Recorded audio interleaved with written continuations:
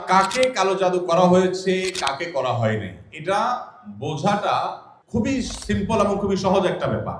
কিছু আলামত আছে যে আলামতগুলো খুব সহজেই দেখে বোঝা যায় এই লোকটা ব্ল্যাক ম্যাজিকের রোগী বা জাদুর রোগী। আপনারা জানেন যে আমাদের সমাজের এক শ্রেণীর মানুষ এই কালো জাদুতে বিশ্বাস করে না। যদি কেউ কোরআনের জীবন্ত মুজিজা আর অলৌকিকত্ব দেখতে চায় তাহলে সে কালো জাদু গ্রস্ত রোগীর মধ্যে কোরআনের আয়াত দিয়ে যে ট্রিটমেন্ট করা হয় এটা দেখে সে আল্লাহর কুদরত দেখতে পাবে, কোরআনের মিরাকল দেখতে পারে। তো কালো জাদু এটা কোনো মানুষকে আক্রান্ত করলে সচরাচর সাধারণত কোনো ওষুধে কোনো কাজ হয় না, কোনো চেক আপে কোনো রোগ ধরা পড়ে না, দিন দিন অসুস্থ হয়ে যায়, খুব ভয়ঙ্কর একটা পর্যায়ে চলে যায়। একটি বর্ণনা আছে কালো জাদু এটা মানুষকে কবর পর্যন্ত আর ওঁটকে পাতিল পর্যন্ত নিয়ে যায়, তার মানে শেষ করে ফেলে দেয়, নানা রকমের ক্ষতিগ্রস্ত মানুষকে করে।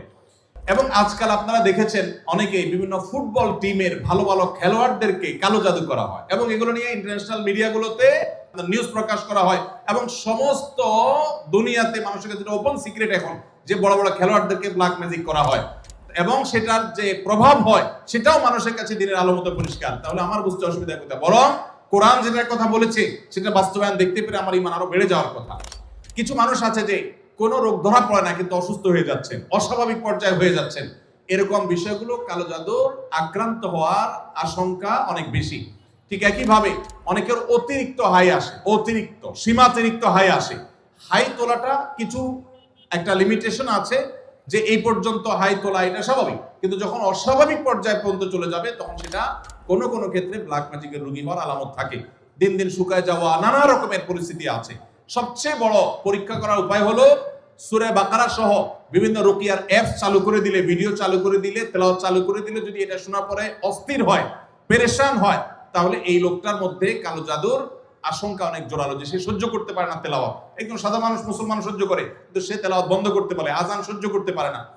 এরকম বিষয়গুলো সাধারণত ব্ল্যাক ম্যাজিক কাউকে করা হয়েছে তার একটা আলামত হয়। সবচেয়ে ভালো হয় ভালো কোনো রাকির কাছে গেলে তারা এটাকে অ্যাসেসমেন্ট করতে পারে বিভিন্নভাবে এবং ধরা পড়ে যে তার কালো জাদু হয়েছে কি হয় নাই। আজকাল এই আপনার রাকিদের নামে অনেক লোকজন আছে যারা কবিরাজি করে, উল্টাপাল্টা পদ্ধতি করে, ভালো মানুষও কালো জাদুর রোগী বানায় দেয়। অনেকে আছে নাম বাপের নাম বললে বলে দেয় যে জাদু করছে কি করছে না, এগুলো সবই বোগাস এবং এগুলো কোনো সঠিক পদ্ধতি না। আমার পরিচিত একজন বলল যে আমার এক দাদা বহু আগে মারা গেছেন, তো এরকম এক কবিরাজের কাছে যা বললাম আমার দাদার নাম এটা, তার বাপের নাম এটা, দেখেন তো তার কোনো জাদু টাদু আছে কিনা। বলে হায় হায় রে, শেষ করে ফেলছে, তো আর বেশি দিন বাঁচবে না, অথচ অনেক মরে শেষ।